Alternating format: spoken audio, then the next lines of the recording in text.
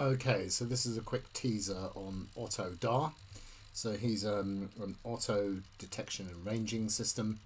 I managed to get round and do the Blockly code. It's pretty short, as you can see here, but it's in line with a program that I used about 4 or 5 years ago, 4 years ago I think, which I've adapted. So you can see it's a rotating head on the new extension body, or top of the body, and it's just basically scanning between 30 and 150 degrees constantly, and I'm about to place some objects in front of it. Now, in order to use a radar, you need processing.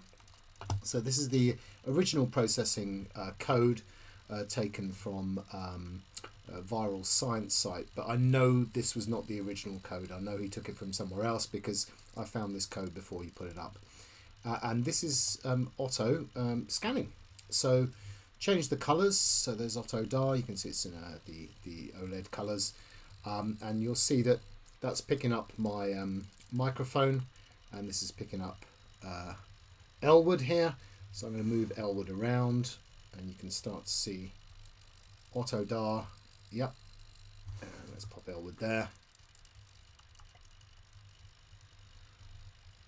Okay, so he's constantly scanning. Of course, you can, with an Otto, you could send a command to stop him, and with the rotating head, he'd then be able to perform a scan and do a little radar scan of his surroundings.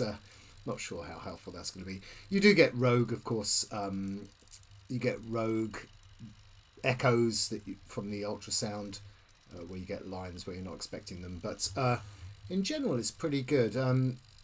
So just using the distance measurement, I think it's a bit slow on the Otto. I'd write a faster one, but yeah, pretty funny.